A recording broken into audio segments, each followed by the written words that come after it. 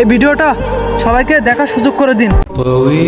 আল্লাহ রব্বুল আলামিন হযরত জিবরাইল আমিনকে তৈরি করলো। তখন জিবরাইল আমিন জিজ্ঞাসা করলো, আল্লাহ আপনি কিসে বেশি খুশি হন? তখন আল্লাহ রব্বুল আলামিন বলে, সিজদাতে। তখন জিবরাইল আমিন এক সিজদায় 30 বছর কেটে দিল। তখন আল্লাহ রব্বুল আলামিন থেকে কোনো জবাব আসে না। ইয়া আল্লাহ, আমি আপনার সিজদা তো 30 বছর এক নাগাদ দিয়ে দিয়েছি, আপনি কি খুশি হন নাই? তখন আল্লাহ থেকে কোনো জবাব আসে না।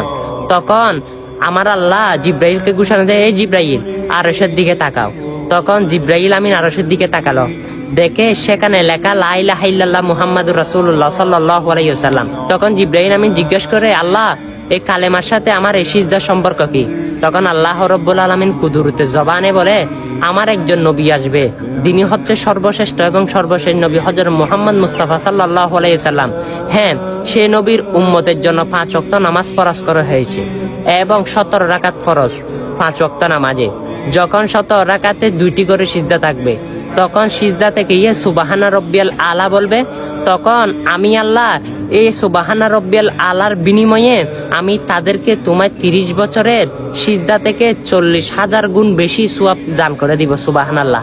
কেমন মাহবুব নবীর উম্মত হয়েছেন আপনি, কিন্তু সেই নবীকে আপনি গুরুত্ব দিচ্ছেন না, এত ভালোবাসতে পারতেছেন না। অবশ্যই এই ঘটনাটা সবার কানে কানে উন্মোচন করে দিবেন, দেখবেন অনেক মানুষ যদি হেদায়েত থাকে আমার রসুলের এই সুন্দর ঘটনাটা শুনে, আল্লাহ এবং জিবরিলের ঘটনাটা শুনে হেদায়েতের রাস্তায় আসতে পারে।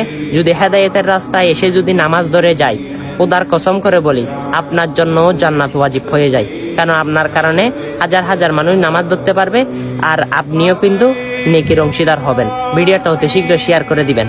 আমিন।